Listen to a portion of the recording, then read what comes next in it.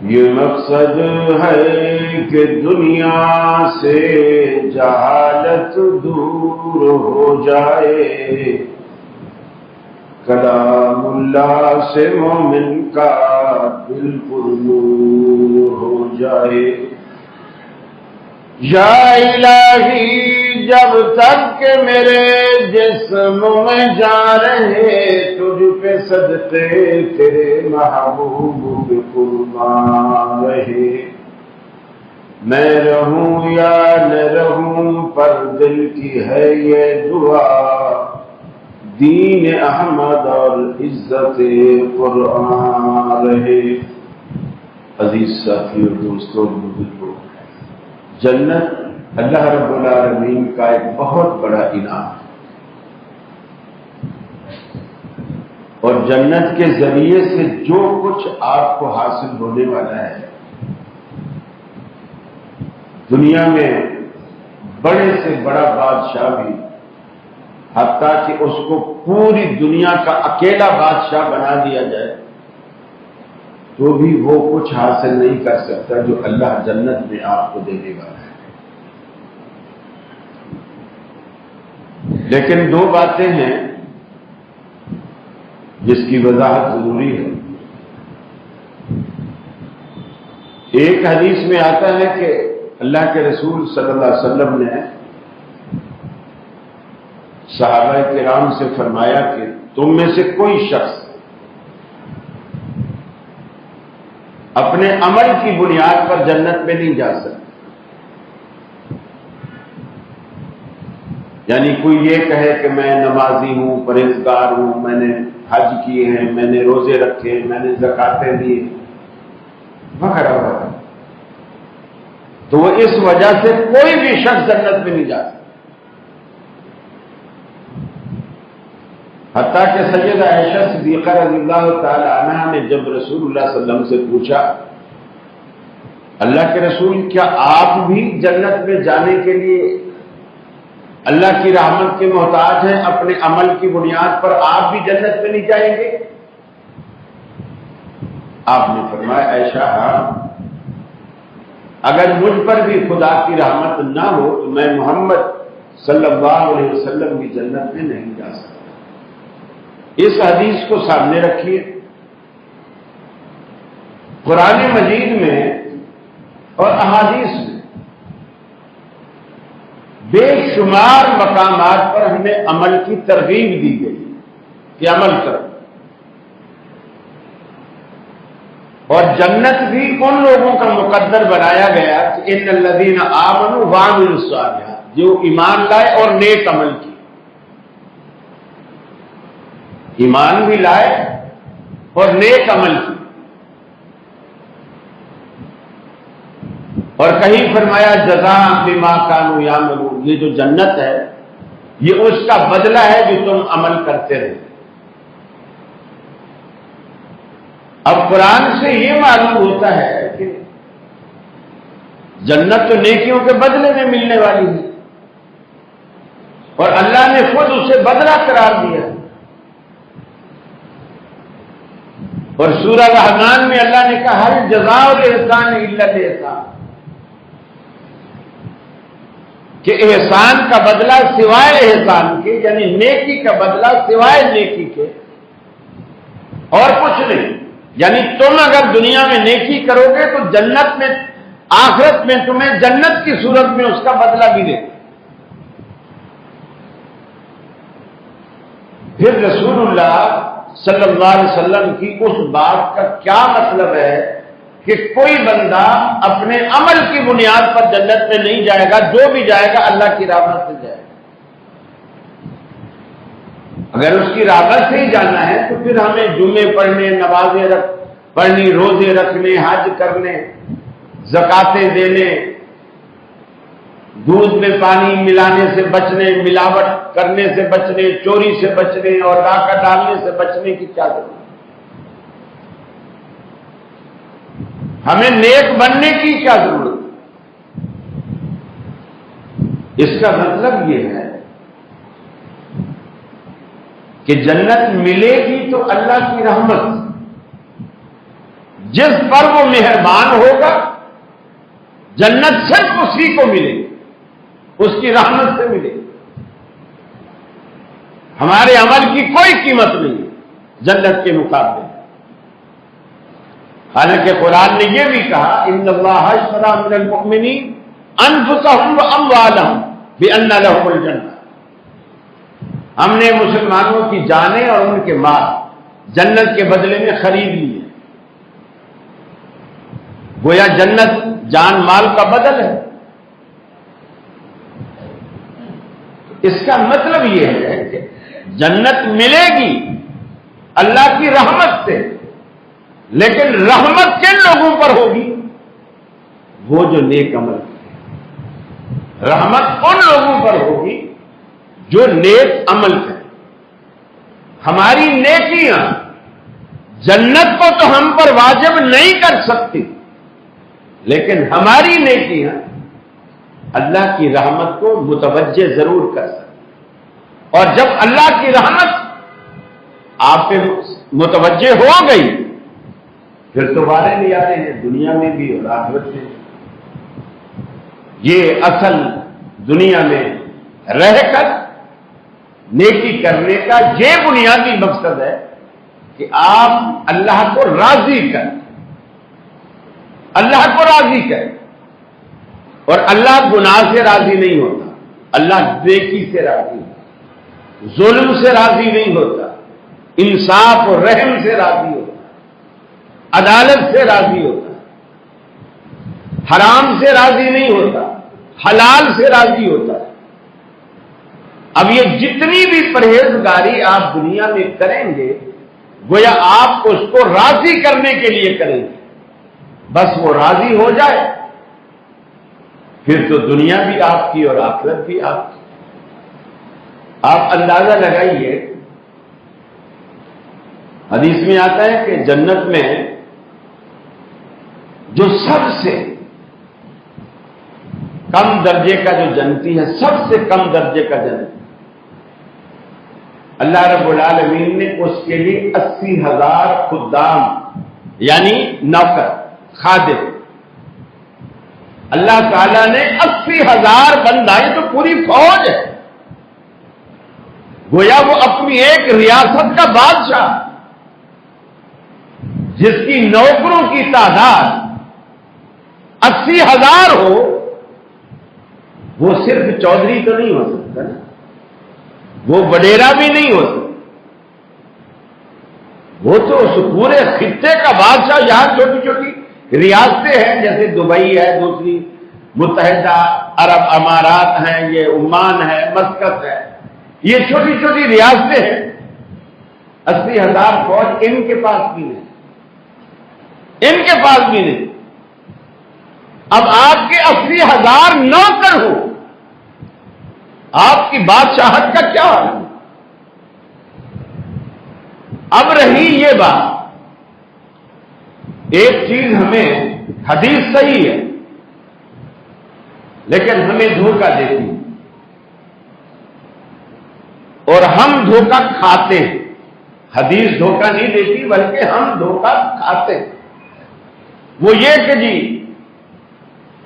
من کان آخر کلامہ لا الہ الا اللہ داخل الجنہ،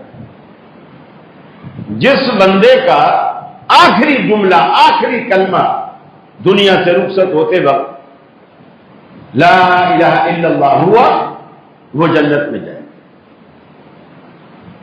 اب آدمی یہ سوچتا ہے کہ جی بہت سارے ہمیں مثالیں دے رہے تھے، فلاں بندہ بالکل قبر پرست تھا، مشرک تھا، بدعت، لیکن مرتے وقت دیکھو کلمہ پڑھا اسے، اور حدیث میں آئے وہ شخص جنتی ہے۔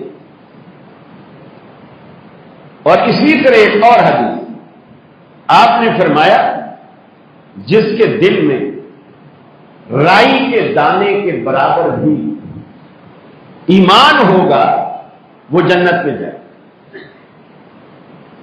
اب ہم یہ سوچتے ہیں کہ رائی کے دانے سے تو ہمارا ایمان کم از کم بڑا ہے، رائی کا دانہ تو بہت چھوٹا ہے، ہمارا ایمان تو اس سے بڑا ہے۔ جب رائی کے دانے کے برابر کسی کے دل میں ایمان ہوگا تو وہ جنت میں جائے گا تو ہم کیوں نہیں جائیں گے؟ پھر ایک روایت میں آتا ہے ہر وہ شخص جنت میں جائے گا جس نے شرک نہیں کیا، شرک نہیں کیا۔ اب یہ اہل حدیثوں کے لیے یہ روایت یوں سمجھ لو کہ ایک ایسی خوشخبری ہے، ہم پھر پھولے نہیں سنبھالتے، یار ہم تو غیر اللہ کو پوچھتے ہی نہیں، غیر اللہ کو سجدہ ہی نہیں کرتے، مزاروں پہ نہیں جاتے، ہم پکی قبریں نہیں بناتے، قبروں پہ ہم مجاور بن کر نہیں بیٹھتے، قبروں پہ آ کر بتیاں نہیں جلاتے، پھول نہیں نچھاور کرتے، کیوڑے نہیں چھڑکتے، ہم غیر اللہ سے مانگتے نہیں ہیں۔ اچھی بات، لیکن اللہ کے رسول نے جو فرمایا، آپ نے فرمایا کہ جو شرک نہیں کرتا وہ جنت میں جائے گا ضرور، لیکن یہ نہیں کہ مرتے ہی جنت میں چلا جائے۔ شرک تو نہیں کیے، لیکن میں نے کسی کے پیسے کھا لیے، کسی کو قتل کر دیا، کسی کی زمین پہ ناحق قبضہ کر لیا، کسی کو گالی دے دی، کسی کی ناجائز غیبتیں کی، میں نے فتنہ بنا رہا پوری زندگی۔ شرک تو میں نے نہیں کیا، لیکن میرے ان گناہوں کی سزا تو مجھے ملے گی نا، جنت میں جائے گا، لیکن سزا پانے کے بعد، اور وہ سزا کوئی معمولی ہے، جہنم کی سزا کوئی معمولی سزا۔ لوگ جب جہنم سے نکالے جائیں گے نا، ڈلنے کے بعد نکالے بھی جائیں گے، نکالے جائیں گے، جو حدیث میں آتے ہیں ان کے جسم بالکل جل کر کوئلہ ہو چکے، کوئلہ ہو چکے۔ اللہ کے رسول فرماتے ہیں بعض لوگوں کو اللہ حق دے گا جو خود جنت میں جا رہے ہوں گے، لیکن ان کے کچھ رشتہ دار، کچھ عزیز وہ جہنم میں جا رہے ہوں گے، موحد تو ہوں گے لیکن جہنم میں جا رہے ہوں گے۔ اللہ تعالیٰ اس بندے کو عزت دیتے ہوئے یہ کہے گا کہ اگر تو ان لوگوں کی سفارش کرے تو میں انہیں بخش دیتا ہوں، جنت میں چلے جائیں۔ وہ سفارش کرے گا، یہ ایک عزت کی بات ہوگی ان کی، جیسے حافظ کو اللہ حق دے گا، عالم کو حق دے گا، مجاہد کو، شہید کو اللہ حق دے گا، حتیٰ کہ بعض فرشتوں کو اللہ حق دے گا، انبیاء کو اللہ حق دے گا، اور سب سے بڑی سفارش اللہ کی مخلوق میں رسول اکرم صلی اللہ علیہ وسلم کی سفارش ہوگی۔ آپ فرماتے ہیں جب میں سفارش کر گزروں گا، یہ دو مقامات پر اللہ کے رسول بہت بڑی سفارش فرمائیں۔ ایک، قیامت آتے ہی جب دوسرا نفخہ پھونکا جائے گا اور دنیا میدان میں حشر میں جمع ہوگی اور اللہ حساب نہیں لے رہا ہوگا، اس وقت یہ پہلی سفارش ہے کہ اللہ دل مخلوق پریشان ہیں، ان کی ان پہ رحم فرما۔ اور دوسری بڑی سفارش،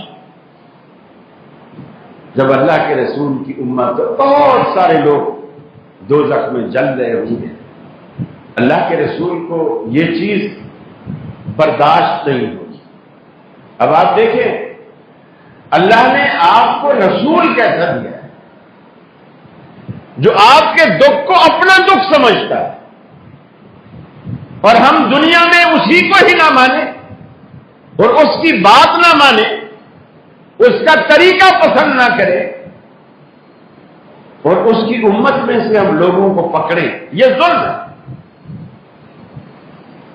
اللہ کے رسول فرماتے ہیں میں سر سجدے میں ڈالوں، اور دونوں سفارشوں میں ایک جیسے الفاظ، میدان معاشر والی سفارش میں بھی کہ میں سر سجدے میں ڈالوں گا، اللہ میری زبان پر وہ دعائیں جاری کرے گا جو اس وقت اللہ جاری کرے گا، اب مجھے وہ یاد نہیں ہے کہ کون سی تو آئی، اور ایک اس وقت سیم وہی الفاظ کہ میں سر سجدے میں ڈالوں گا اور اللہ سے دعائیں کروں گا، دعائیں کروں، حتیٰ کہ اللہ کی جو رحمت کا سمندر ہے میری دعاؤں سے اس پہ تلاطم برپا ہو جائے، ایک شور پیدا ہو جائے گا، اور اس وقت اللہ کہے گا ارفع رأسک یا محمد، محبوب اپنا سر اٹھائیے، ارفع رأسک، اپنے سر کو اٹھائیے، آپ کی التجاؤں نے، آپ کی دعاؤں نے میری رحمت کے سمندر میں ایک ایسا تلاطم برپا کر دیا۔ سر اٹھائیے، دامن پھیلائیے، سوال کیجئے، سل توڑتا، آپ کو نوازا جائے گا، دامن پھیلائیے کہ جھولیاں بھر دی جائیں گی، اس لیے کہ آج اس پوری کی پوری کائنات میں، آج اس پوری کائنات میں آپ سے بہتر مانگنے والا کوئی نہیں اور مجھ سے بہتر دینے والا کوئی نہیں۔ اللہ کے حبیب فرماتے ہیں میں سفارش کروں گا، اللہ رب العالمین دوزخیوں کو میری سفارش پر دوزخ سے نکالے گا۔ آپ فرماتے ہیں میں سمجھوں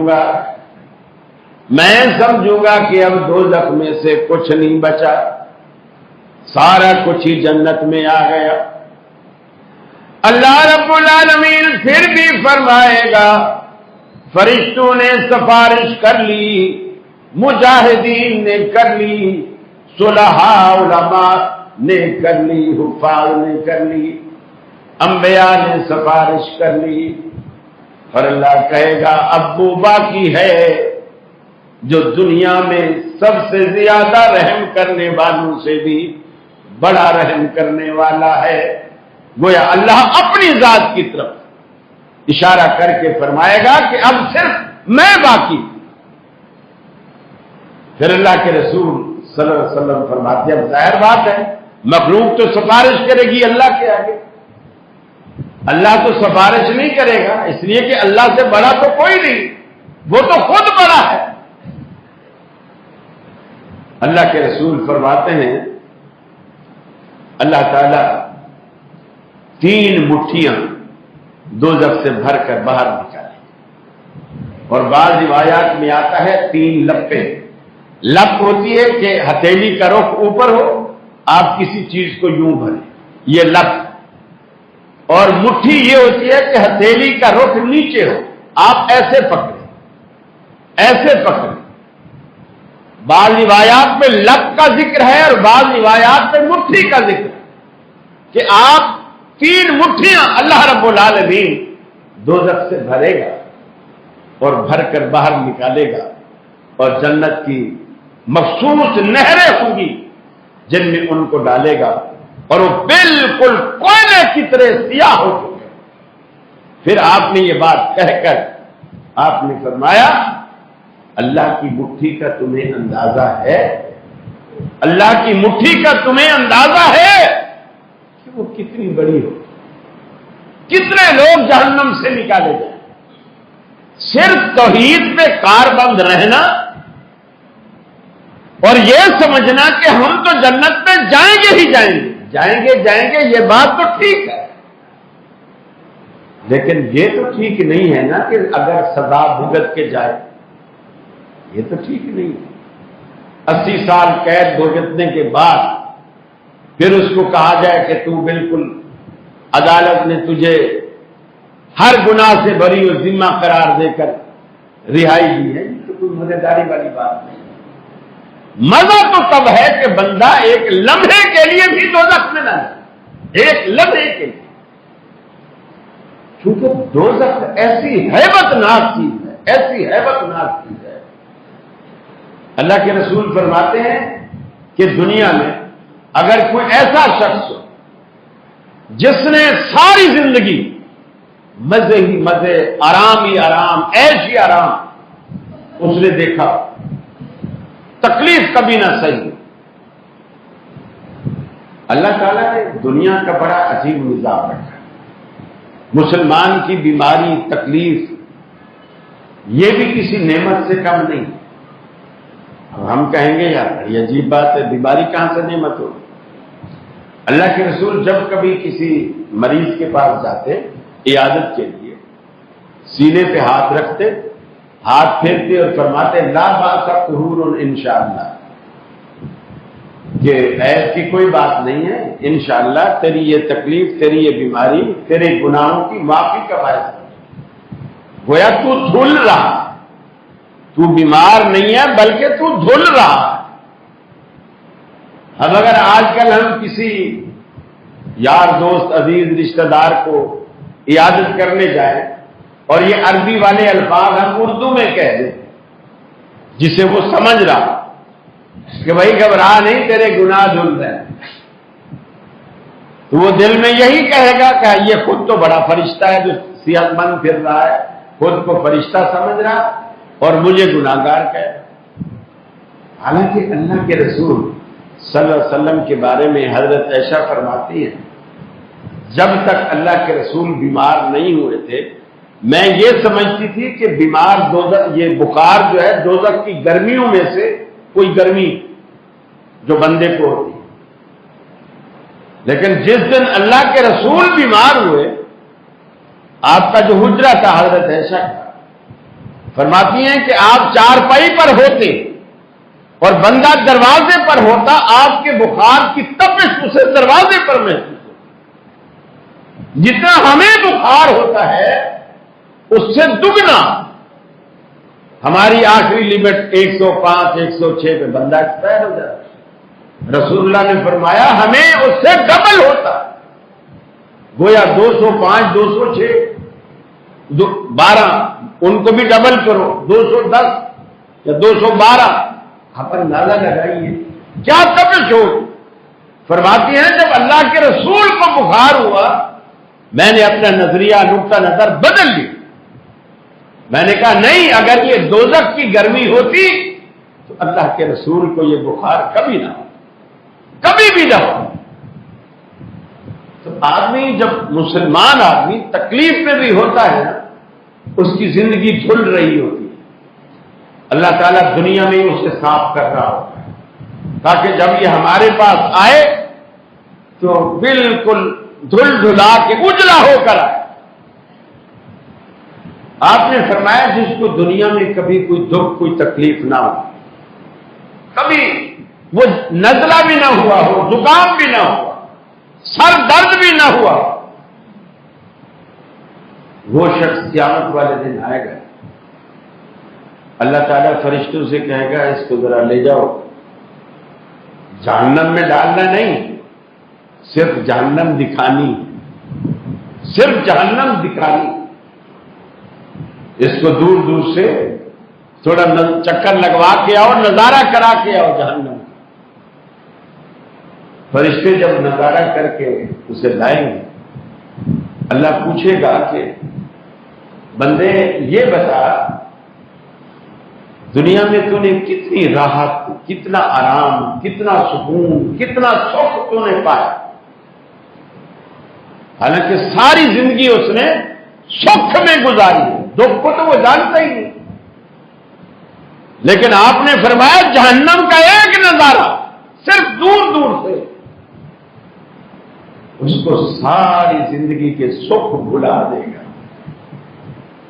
وہ آ کر کہے گا یا اللہ میں جانتا ہی نہیں کہ سکھ کیا ہوتا ہے، میں نے تو کبھی سکھ دیکھا ہی نہیں۔ اور جنت کا ایک نظارہ، ایک نظارہ، ساری زندگی بندے نے دکھوں میں گزاری، کبھی یہ تکلیف، کبھی وہ تکلیف، کبھی اولاد کی تکلیف، کبھی بیٹیوں کی تکلیف، کبھی بیٹوں کی تکلیف، کبھی رزق کی تنگی، مختلف، کبھی اپنی صحت خراب، معاشرے میں بڑی قسم پرسی کی زندگی گزاری ہے، لیکن بندہ مسلمان ہے، اتنے دکھوں کے باوجود بندہ مسلمان۔ اللہ فرشتوں سے کہے گا اسے جنت کا نظارہ کرا کے، ابھی محل میں داخل نہیں کرنا، صرف دور دور سے دکھاؤ جنت ہوتی کیا ہے۔ اسے جب جنت کی سیر دور دور سے کرائی جائے گی، مناظر دکھائے جائیں گے، واپس آئے گا، اللہ پوچھے گا جی میرے بندے بتا دنیا میں تو نے کتنے دکھ سہے، کتنے دکھ دیکھے؟ وہ خوش ہو کر کہے گا یا اللہ دکھ تو میں نے زندگی بھر دیکھے ہی نہیں۔ یعنی جنت کا ایک نظارہ 70-80 سال کی زندگی کے دکھ بھلا دے گا، اور جہنم کا ایک نظارہ 70-80 سال زندگی کے سکھ کو بھلا دے گا۔ اب یہ فیصلہ ہمیں دنیا میں رہ کر کرنا ہے، ان دونوں میں کیا چیز ہمارے ہاتھ میں بہتر ہے؟ وہ جو دنیا کے دکھ بھلا دے، یا وہ جو دنیا کے سکھ بھلا دے؟ اللہ تعالیٰ نے اتنا نوازا ہے جنت میں آپ کو کہ آپ دنیا میں اس کا تصور نہیں کر سکتے، مثال نہیں دے سکتے۔ کوئی محل ایسے ہیں جو صرف سونے کے، کوئی محل ایسے ہیں جو صرف چاندی کے، کوئی محل ایسے ہیں جو موتیوں سے جڑے ہوئے ہیں، موتیوں سے۔ کوئی محل ایسے ہیں اللہ نے ایک اینٹ سونے کی ایک اینٹ چاندی کی، اس طرح اس سے بنا۔ کوئی خیمے ایسے ہیں جو موتیوں سے جڑے ہوئے، 60 میل کے خیمے، پورا خیمہ موتیوں سے جڑا۔ دنیا میں کوئی بادشاہ اس کا تصور کر سکتا ہے؟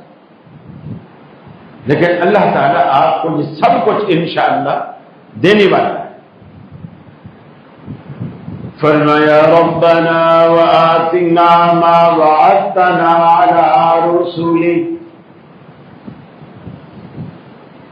جنت کے لیے رب العالمین سے مانگا کیجیے، سوال کیا کیجیے، صوفیوں کی طرح مغرور نہ ہوا کیجیے۔ صوفی کہتے ہیں میاں تم تو نمازیں پڑھتے ہو جنت کے لیے، روزے رکھتے ہو جنت کے لیے، دعائیں مانگتے ہو جنت کے لیے، ہم تو سارے کام اللہ کے لیے کرتے ہیں، اللہ سے وہ جنت کا سوال نہیں کرتے، جہنم کا سوال نہیں، اس سے بخشش کا سوال نہیں کرتے، جہنم سے بچنے کا سوال نہیں کرتے۔ اللہ کے حبیب نے ساری زندگی جو دعائیں سکھلائی ہیں ان میں جہنم سے پناہ بھی سکھلائی، عذاب قبر سے پناہ بھی سکھلائی، جنت کا سوال بھی سکھلایا۔ حتیٰ کہ حدیث میں آتا ہے اللہ کے رسول جب نماز پڑھاتے، قرآن پاک کی تلاوت فرماتے، جس طرح کی آیت آتی آپ تلاوت کرتے کرتے رک جاتے، جس طرح کی آیت ہوتی رب العالمین سے اس طرح کا سوال کرتے۔ اگر نیک لوگوں کا ذکر آتا تو آپ کہتے اللہم اجعلنا منہم، اللہ ہمیں بھی انہی میں سے بنا دے۔ برے لوگوں کا ذکر آتا تو آپ فرماتے لا تجعلنا منہم، اللہ ہمیں ان جیسا نہیں بنانا۔ کہیں جنت کا ذکر آتا تو آپ رک کر سوال کرتے، جہنم کا ذکر آتا تو آپ رک کر پناہ مانگتے۔ یہ اللہ کے رسول نے ہمیں تربیت دی، ہمیں سکھلایا، اللہ رب العالمین سے مانگو۔ اللہ نے نیک لوگوں کا وصف یہ بیان کیا، جنت میں جانے والوں کا یہ وصف اللہ رب العالمین نے بیان فرمایا، ربنا وآتنا ما وعدتنا علی رسولک، اے ہمارے رب، اے ہمارے داتا، ہمیں وہ کچھ عطا کر دے جس کا تو نے اپنے انبیاء کی زبان پہ ہم سے وعدہ کیا. وَأَتَّنَا عَلَىٰ رُسُلِكَ، اپنے رسولوں کی زبان کے ذریعے ہم سے تو نے وعدہ کیا کہ میں تمہیں جنتیں دوں گا. اے الہ العالمین، ہمیں وہ جنتیں عطا کر دے. لا تخزنا یوم القیامہ، قیامت کی رسوائی سے ہمیں رب العالمین تو بچانا، قیامت میں ہمیں رسوا نہ کرنا. یقین مانیے کہ دنیا میں کوئی بندہ کتنا بھی عزت کما جائے، کتنا عزت پا لے، اگر آخرت میں رسوائی ہو گئی ساری دنیا کی عزتیں اس کے آگے کچھ بھی معنی نہیں رکھتی، کچھ. اس لیے کہ یہاں اگر کوئی عزت دار بھی ہے تو اسے کتنے بندے جانتے ہیں کہ یہ بڑا آدمی. چلو آپ کوئی بڑا معروف ہو جائے تو آپ یہی کہیں گے کہ جی لاکھوں لوگ جانتے ہیں، اور اگر کوئی ذلیل بھی ہو جائے تو چلو جی ہزاروں لاکھوں میں ذلیل ہو جائے. لیکن آخرت کی عزت اور آخرت کی ذلت یہ دونوں اہم، اس لیے کہ وہاں ذلت برادری میں، خاندان میں، قبیلے میں نہیں ہونی، پوری دنیا میں ہو. اور دنیا صرف وہ نہیں جو آج دنیا جس کو ہم کہتے ہیں کہ اس وقت جو لوگ دنیا میں موجود ہیں بس وہی جان سکیں گے. آدم علیہ السلام سے لے کر قیامت تک جو مر چکے وہ، جو موجود ہیں وہ، جو ابھی آئیں گے وہ، سارے جمع، اور سارے جمع ہیں. اور سب کے سامنے اگر کسی کی رسوائی ہو جائے، کس قدر رسوائی، کس قدر بدلا، اور سب کے سامنے کسی کی عزت ہو جائے، اللہ اپنے ہاتھ سے کسی کے سر پہ تاج پہنا دے، اس کی واہ کس قدر ہو، وہ کتنا عظیم ہوگا کہ اللہ اپنے ہاتھ سے اس کے سر پہ تاج پہنا. آج نواز شریف کسی کے بیٹے کے گلے میں پھولوں کا ہار ڈال دینا، وہ دوسرے دن محلے میں ہم سے بات بھی نہیں کرے گا، محلہ بھی چھوڑ کے کہیں چلا جائے. میری سوسائٹی بدل گئی، میرا اسٹیٹس بدل گیا. میں کوئی اب عام آدمی تھوڑی. راہیل شریف میری شادی میں آیا، فلاں آصم منیر میرے بیٹے کی شادی میں آیا، وہ پھولوں کا ہار ڈال دیا. لیکن آپ ذرا تصور تو کرو اس عزت کا جو اللہ رب العالمین آخرت میں آپ کو دینے والا ہے. ساری دنیا کے سامنے ساری دنیا دیکھے گی کہ یہ کون بندہ ہے جس کو اللہ کا قرب اس قدر حاصل ہے، اس قدر قریبی نہ. آپ جیسے جنت میں جائیں گے، کوئی تو جائے گا زندگی میں ایک ہی دفعہ اسے اللہ کا دیدار ہوتا ہے. کسی کو ہر سال، کسی کو ہر جمعہ، کسی کو روزانہ. کوئی تو رہیں گے ہی اللہ کے قرب میں، جب چاہیں گے دیکھ لیں گے. اب آپ دیکھیے صوفیہ کا عقیدہ کتنا گمراہ کن ہے کہ نہ اللہ کے ہاتھ ہیں نہ اللہ کے پاؤں ہیں. اللہ کا چہرہ بھی کہو تو وہ اس کا ترجمہ تعویل ہے. وجہ کا مطلب عزت ہے، ہاتھ کا مطلب طاقت، حکومت، اقتدار ہے. جب تم اللہ کے ان چیزوں کو مانتے ہی نہیں ہو تو اللہ تمہیں زیارت کروائے گا کس چیز کو تم دیکھو. جب تمہارا عقیدہ یہ ہے اللہ تو کوئی چیز ہی نہیں، لا مقام ہے، مقام اس کا مقام ہی ہے، پھر وہ جگہ لا مقام بھی ہے. اللہ ہے بھی اور کوئی شے بھی نہیں، اور کوئی شے بھی نہیں ہے. معراج والی رات پھر یہ بھی کہتے ہیں، عجیب عجیب عجیب. اللہ کے رسول اللہ صلی اللہ علیہ وسلم نے اللہ کو جا کر دیکھا ہے، بلکہ صرف دیکھا ہی نہیں، نعوذ باللہ جپھی ڈالی. وَكَانَ قَابَ قَوْسَيْنِ أَوْ أَدْنَىٰ کا ترجمہ اور تفسیر یہی بیان کرتے ہیں کہ وہ عاشق اور معشوق مل گئے مگر گیر ہو. جپھی تو اسی کو ڈالی جاتی ہے نا جس کا کوئی وجود ہو. فضا میں تو کوئی جپھی نہیں ڈالتا نا. جب بھی تو اسی کو ڈالتے ہیں جس کا کوئی وجود ہو، کوئی ہستی ہو۔ پھر اللہ کے نبی نے بھی اللہ کو دیکھا ہے، جب اللہ کا وجود ہی نہیں تو کیا دیکھا ہے؟ کیا دیکھا ہے؟ میرے بھائیوں، یہ پہلے سے عقیدہ رکھو، اللہ ہے، ہاں وہ کیسا ہے دیکھو۔ اللہ کے رسول نے یہ بھی تصور دیا۔ یہ جو لوگ کہتے ہیں نا کہ ہاتھ کا مطلب اللہ کا اقتدار ہے، آپ نے فرمایا اللہ کے دونوں ہاتھ داہنے، ہمارا تو ایک ہاتھ داہنا ایک بایاں ہے، اللہ کے حبیب نے فرمایا اللہ کے دونوں ہاتھ داہنے۔ اب جب دونوں ہاتھ داہنے ہیں اس کا کیا مطلب ہے؟ کیا تعویل کرو، کیا تعویل کرو؟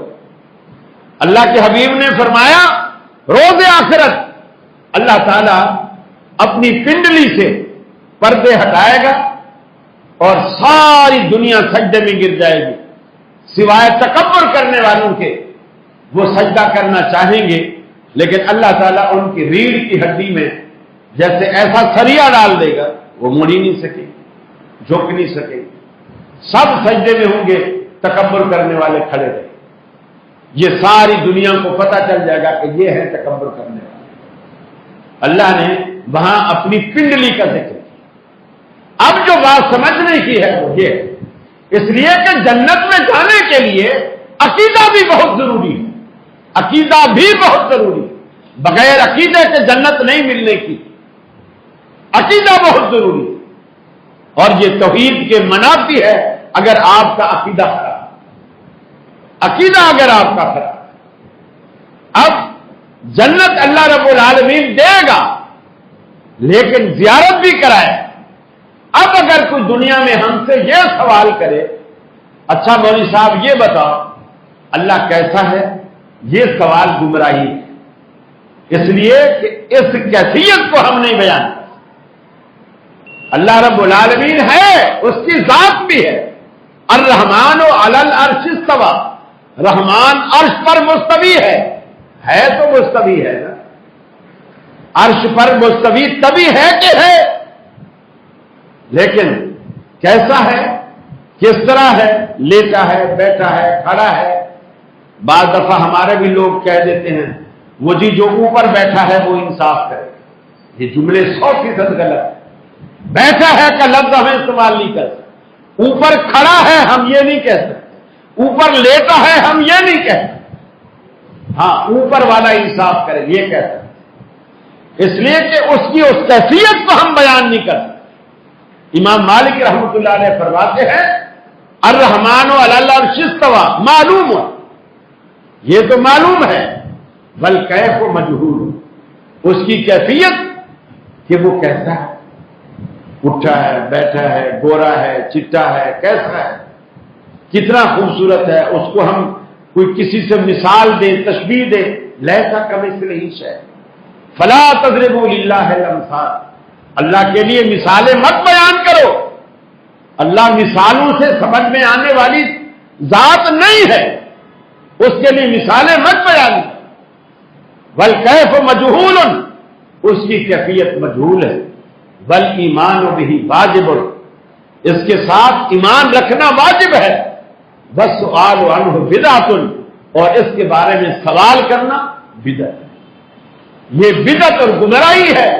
اللہ، بعض لوگ اللہ اس وقت کیا کر رہا ہے یہ بھی سوال لوگ کرتے، اس وقت بھی اللہ کیا کر رہا ہے، اللہ کیسا ہے۔ اللہ تعالیٰ کو اگر ہم سمجھنا چاہیں تو کوئی مثال دے، یہ ساری کفریہ باتیں، اللہ کی ذات ہے۔ انشاءاللہ جس دن اللہ رب العالمین جنت میں آپ کو داخل کرنے کے بعد اپنی زیارت کرائے گا، آپ اپنی انہی آنکھوں سے دیکھیں گے کہ آپ کا رب ہے، رب ہے، اور اس کے حسن و جمال کا آپ دنیا میں کوئی اندازہ نہیں لیتا۔ ظاہر بات ہے جس رب نے یوسف کو بنایا، جس رب نے یوسف کو بنایا وہ خود حسین نہیں ہوگا، وہ خود کتنا خوبصورت ہوگا۔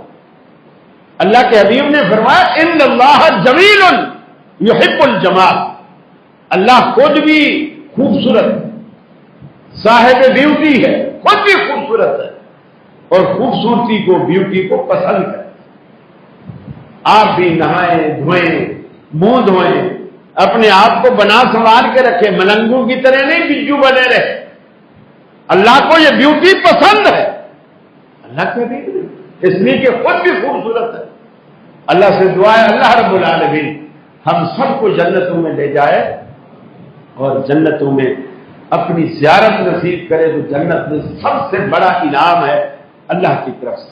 وہ زیارت کرنے کے بعد جب جنتی وہاں سے لوٹیں گے، ان کے چہروں کی رونق ہی ایک الگ ہے، بلکہ ان کی حوریں دیکھ کر حیران رہ جائیں گی کہ تم آ کہاں سے۔ یقین مانیے اللہ نے آپ کے ذوق کو پورا کرنے کے لیے، حالانکہ ہر چیز آپ کو گھر بیٹھے جنت میں ملے گی، اس کے باوجود اللہ نے جنت میں شاپنگ مال، شاپنگ سینٹر کھولے ہیں تاکہ آپ خود جا کر شاپنگ کریں، خود جا کر۔ انسان کا ایک ذوق ہوتا ہے، طبیعت چاہتی ہے کہ میں جاؤں یار شاپنگ کر کے آؤں، بہت دن ہو گئے نہیں۔ اب آپ کی بیگمات ہیں، وہ بھی جنت میں ہیں، ظاہر بات ہے شاپنگ کے بغیر بیگمات کیسے رہیں گے؟ جنت میں دل ہی نہیں لگے گا شاپنگ۔ جیسے کہ میاں آئے گھر میں، بیگم کا منہ بنا ہوا، اس نے پوچھا کیا بات ہے، کیوں منہ بنایا؟ بولے طبیعت خراب ہے۔ تو بولے ڈاکٹر کو نہیں دکھایا؟ ہاں دکھایا تھا۔ پھر کیا بولا ڈاکٹر؟ بولے ڈاکٹر نے بولا آپ کے خون میں شاپنگ کی کمی ہے۔ اب جب بلڈ میں شاپنگ کی کمی آتی ہے تو صحت خراب ہو جاتی ہے۔ تو اللہ تعالیٰ نے جنت میں یہ سارا نظام رکھا، سارا سسٹم رکھا تاکہ آپ کے بلڈ میں بھی شاپنگ کی کمی نہ آنے پائے۔